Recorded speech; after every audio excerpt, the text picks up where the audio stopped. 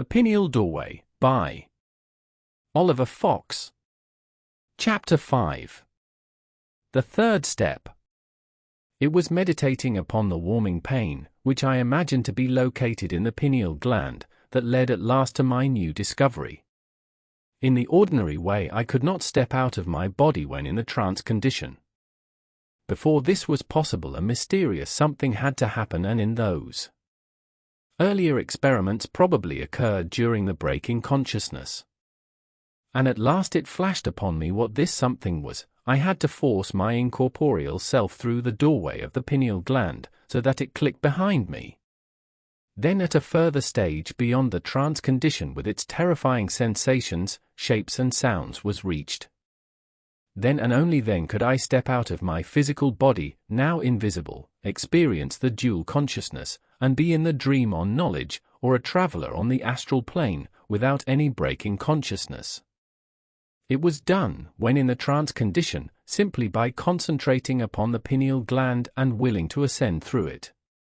The sensation was as follows: my incorporeal self rushed to a point in the pineal gland and hurled off itself against the imaginary trap door.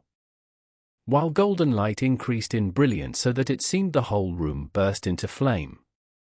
If the impetus was insufficient to take me through, then the sensation became reversed. My incorporeal self subsided and became again coincident with my body, while the astral light died down to normal.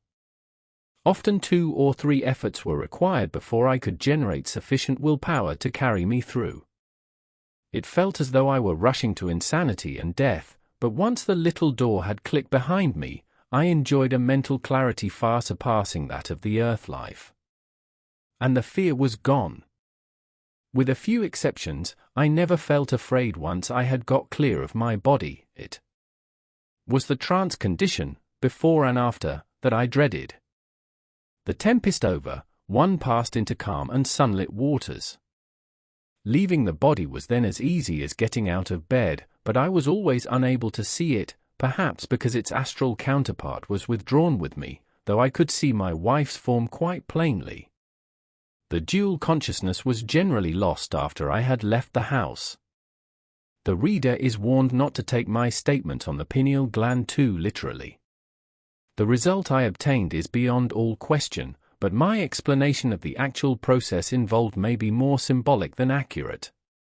However, I have reason to suppose that I am not far out in my description, always remembering that things are only relatively true, and that the truth must ever elude the spoken or written word.